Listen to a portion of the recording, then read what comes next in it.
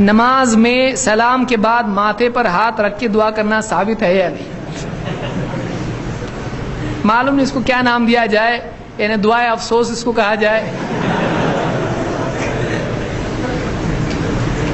کسی صحیح حدیث میں اس کا ثبوت نہیں ہے، کسی بھی معتبر حدیث میں اس کا ثبوت نہیں ہے. بعض لوگ نماز کے بعد ہی سر پہ ہاتھ رکھتے ہیں، اور بعض لوگ اس میں یا قویو یا کچھ اس طرح کے اذکار کہتے ہیں. ان کا کوئی ثبوت ہم کو حدیث میں نہیں ملتا ہے، اس لیے اس کا اہتمام کرنا ثابت نہیں اور صحیح نہیں ہے.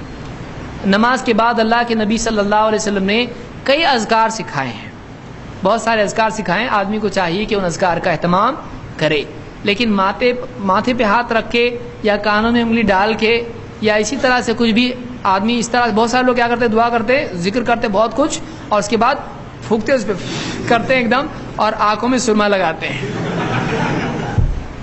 نہیں کیا کر رہا ہے؟ تو پھر کل کو کوئی آدمی آئے گا، پھو کرے گا، کان میں بھی کرے گا، سننے نہیں آتا ہے اس کو.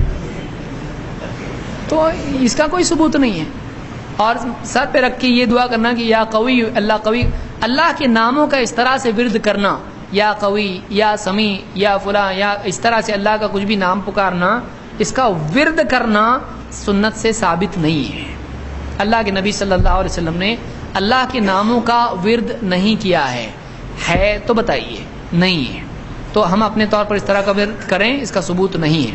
اور ایسا کچھ بھی ورد کر کے اس طرح سے پھونک کے کچھ بھی کرنا میرے علم میں ثابت نہیں ہے، اس کا کوئی ثبوت نہیں ملتا ہے.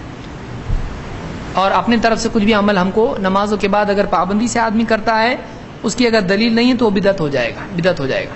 اس طرح سے سر پہ ہاتھ رکھنا، بعض لوگ دیکھتے ہیں عرب لوگ آتے ہیں بولتے ہیں کیا کر رہا، مطلب اس کو ٹینشن ہوا کچھ، میں کیا کر رہا، میں نے سجدہ سو کیا کہ نہیں کیا، یا میں نے کیا کر دیا ہے، میں آتا نہیں نماز کو، آج آ گیا، ارے کیسا ہو گیا تیرے سے یہ، مطلب کیا افسوس ہو رہا ہے، صدمہ ہو رہا ہے، کنفیوز ہو رہا ہے، کیا ہو رہا ہے. تو ایک آدمی وہ عمل کرے جو اللہ کے نبی صلی اللہ علیہ وسلم سے ثابت ہو، کچھ بھی دل سے نہ کرے.